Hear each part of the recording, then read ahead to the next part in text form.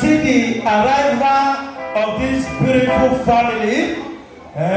Ọmọdé sàbíà iná, ọmọ lọ́rẹ́bó gbọ̀ngbọ́n ọ̀ẹ́sẹ̀ màrídà yọ máìdà wẹ́lẹ̀ náà.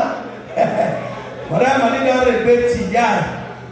Ladies and gentlemen, I also have a great superstar in our midst. Permit me to say this distinctly to introduce a great man of our time, a great musician, Omo Namiere or Kamurwa, or OSEJIE, Mr. and Mrs. Christ. Mr. and Mrs. Christ, we recognize your presence. Unoko, you know, Omone Sambia, you know, a great singer, you know. You welcome, Mr. and Mrs. Christ, you welcome.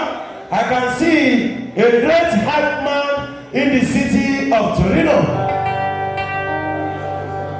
Okay, Chris, all the way from Napoli.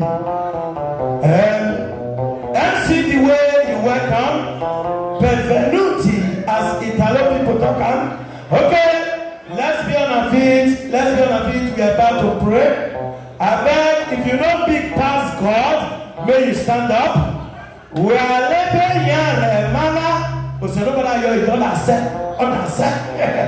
So that you must have ni mother when John Kwani Noze any young so for those of you that don't understand my own let's be on our feet. Oga African market, yes.